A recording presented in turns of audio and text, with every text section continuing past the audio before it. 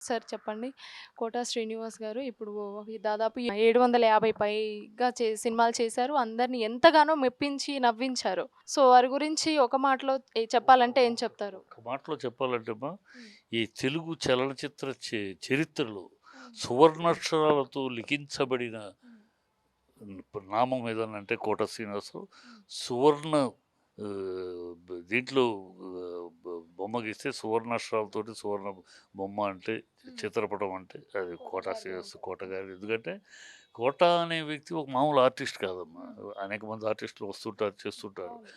ఒక రీప్లేస్మెంట్ లేని ఆర్టిస్ట్. అంతే. ఒక ఎస్వి రంగారావుకి మరో రీప్లేస్మెంట్ లేదు. హ్మ్. ఒక సూర్యకాంతానికి మరో రీప్లేస్మెంట్ లేదు. రీప్లేస్‌మెంట్. హ్మ్. అలాగే ఒక కోటకి మరో రీప్లేస్మెంట్. ఎందుకంటే హ్మ్. ఒక హాస్యమా, హ్మ్. ఒక విలనిజమా, హ్మ్. ఒక కా ఒక సెంటిమెంటా, హ్మ్. ఎన్ని రకాలు ఒక 'అహనా' పెళ్ళంటే ఏంటి? ఒక ప్రతిఘటన అవును. ఏంటి? అవును. దీనికి పొంతనుందా? ఆ పాత్ర ఏంటి? ఈ పాత్ర ఏంటి? అవును. వైవిధ్యమైన అంటే అవును. అనేకమైన వైవిధ్య పాత్రలు ఏస్తూ ఏదైనా పాత్రలు చెప్తే దాంట్లో నిమగ్నమైపోతారాయన. నిమగ్నమై వైవిధ్యమైన పాత్రలు ఏస్తూ ప్రతి పాత్రకి న్యాయం చేసిన 'గణేష్'. హ్మ్. ప్రతి పాత్రకి కోట ఈ పాత్ర కోట కాకుండా ఇంకోడైతే బాగుండేది హ్మ్. అని ఇంతవరకు అతను ఒక సినిమాలో అనిపించుకోలా. హ్మ్. ఇంకా కోట ఏం తినేసాడు, చేసేసాడు, క్యారెక్టర్‌ని జీవించేసాడు హ్మ్. అనే పేరు తెచ్చుకున్నాడు. హ్మ్. అంతటి మహానటుడు.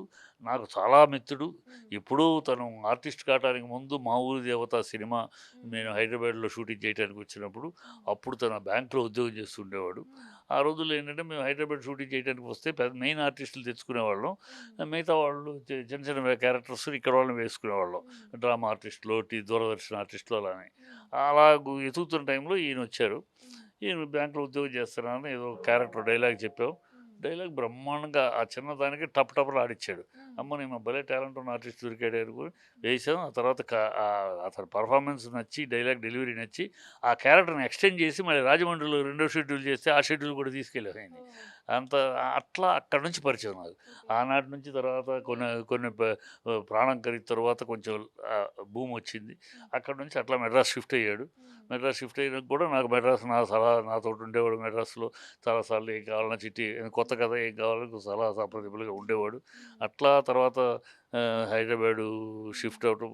హైదరాబాద్‌లో బీజేపీలో చేరటానికి నేను కారకుడిని. ఓహ్! నాకు తనకున్న స్నేహంతోటి బీజేపీలోకి తీసుకెళ్ళటం. ఓకే. వెంకయ్య నాయుడు గారికి చెప్పటం. ఆయన హ్మ్. రమ్మని ఆహ్వానించటం.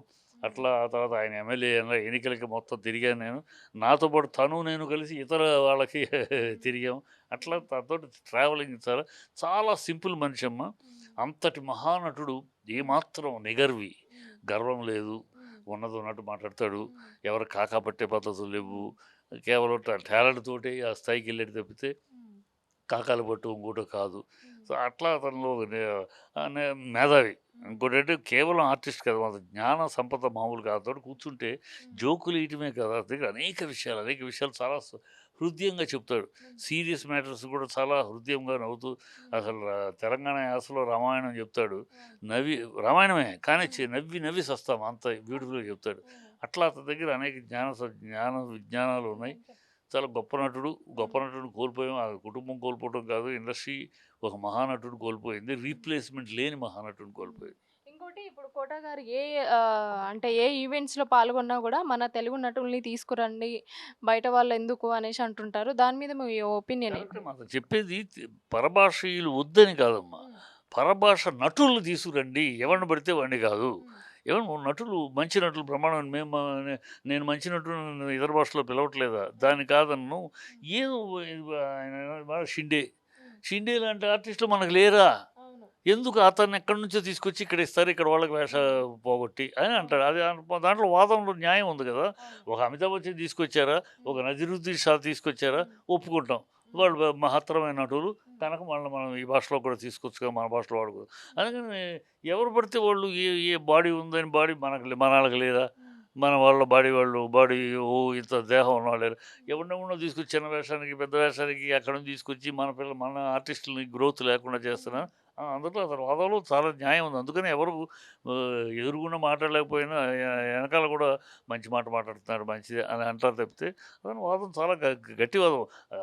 పరభాషాయులు వద్దు వీళ్ళు దాని ఇంటర్ప్రిటేషన్ రాంగ్ చేస్తున్నారు కొంతమంది. హ్మ్. పరభాషలు వద్దంటే ఈయన బయట సినిమాలో యాక్ట్ చేయట్లేదు. అవును. ఆయన పరభాషలు వద్దు అని అనట్లా. హ్మ్. టాలెంట్‌ని పిలవండి. హ్మ్. ఈ తెలుగు ఇండస్ట్రీలో టాలెంట్ ఉన్న వాళ్ళు కూడా పిలవండి ఉన్నారు వాళ్ళని పిలవండి మీరు. ఈ వీళ్ళని ఎవరిని పేరు కోసం ఇది వాళ్ళు పిలవడం కాదు కదా. మంచి ఆర్టిస్టులు పిలవండి, హ్యాపీ బ్రహ్మాండంగా వర్క్ చేస్తా వాళ్ళతో పనిచేసే అదృష్టం కలిగింది అనుకుంటాం. అంతేగాని ఎవరిని పడితే వాళ్ళని ఊరినే హిందీ మొహం అని హిందీ ఫేస్ అని వద్దు.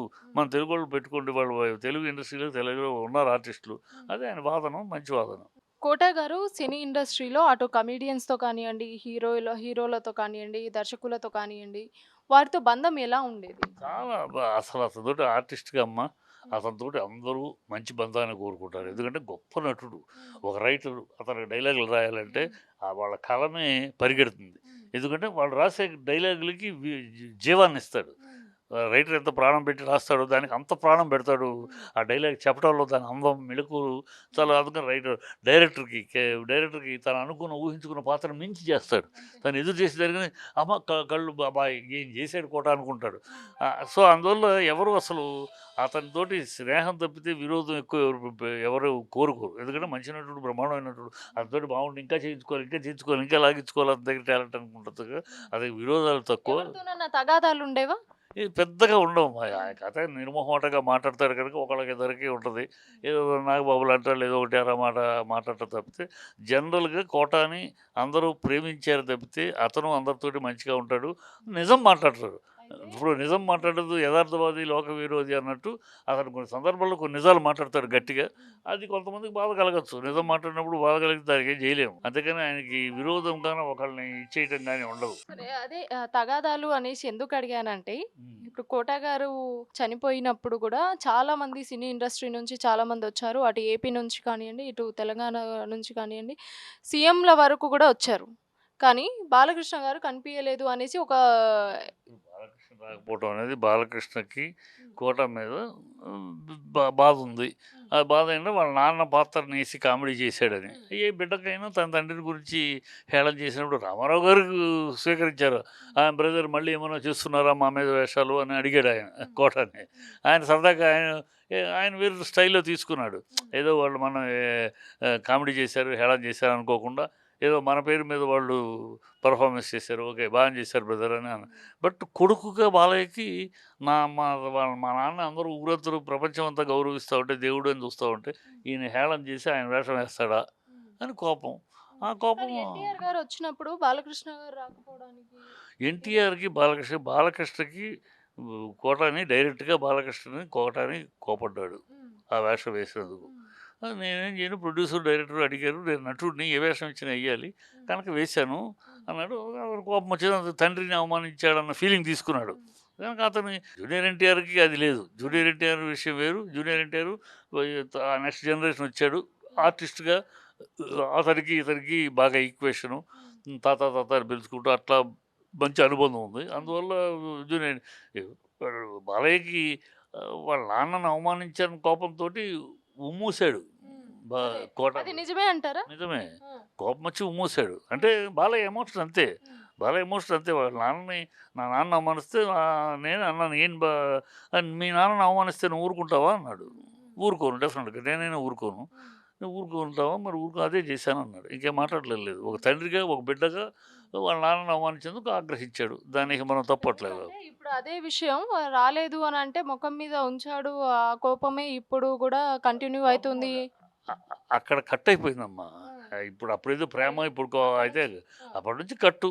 కోటాని తన సినిమాలో వద్దంటాడు.